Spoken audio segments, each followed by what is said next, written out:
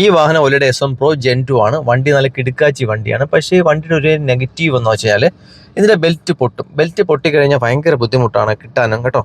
അപ്പോൾ നമ്മൾ ഓൺലൈനിൽ ഓർഡർ ചെയ്തിട്ടുണ്ട്. ഒരാഴ്ച ഈ ബെൽറ്റ് പൊട്ടിയിട്ട് കയ്യിൽ കിട്ടിയിട്ടുണ്ട് സാധനം. ദാണ്ടെ എൻ്റെ MRP തന്നെ 3499 രൂപയാണ്.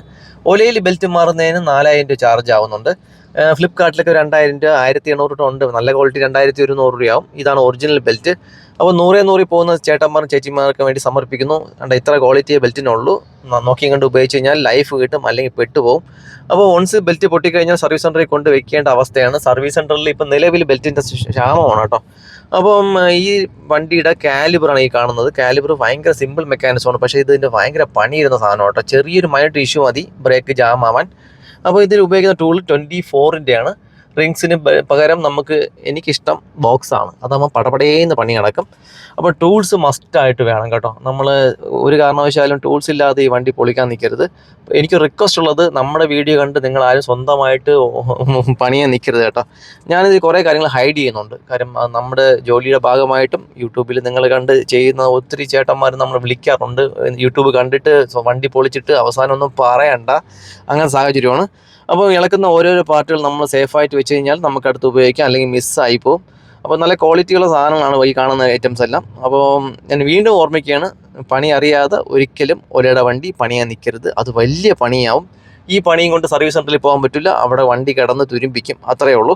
അപ്പോൾ ടയറൊക്കെ ഇളക്കി വെക്കുമ്പോൾ ശ്രദ്ധിക്കുക, ഒരു കാരണവശാലും മറിച്ചിടരുത്. നമ്മൾ ഡ്രൈ ബെൽറ്റിൻ്റെ അവിടെ ചെറിയൊരു സാധനമുണ്ട്, അത് ഞളുങ്ങിക്കഴിഞ്ഞാൽ ബെൽറ്റ് പൊട്ടും. പിന്നെ ഈ കാണുന്ന സ്ഥലത്തൊക്കെ WD-40 വാങ്ങിച്ച് അടിച്ചിട്ട് കുറച്ച് സമയം കഴിഞ്ഞ് ഇളക്കാവും. അതാണ് തുരുമ്പിച്ച് സെറ്റായിരിക്കുകയാണ്.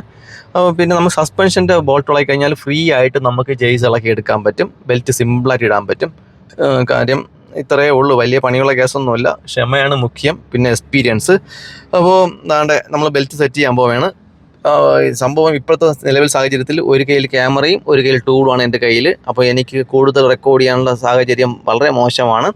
അപ്പോൾ ഇതാണ് നമ്മൾ ബെൽറ്റ് ഇടാൻ പോകുന്നത്. ഏത് പേരെന്ന് അറിഞ്ഞുകൂടെ, എന്നാലും ഒന്നുമില്ലാത്ത പശുവിന് ഉണക്കപ്പുല്ലെന്ന് പറഞ്ഞ മാതിരി ഉള്ള ബെൽറ്റ് ഇട്ട് കസ്റ്റമറിന് വണ്ടി ഓടാം, അതാണ് ഉദ്ദേശം.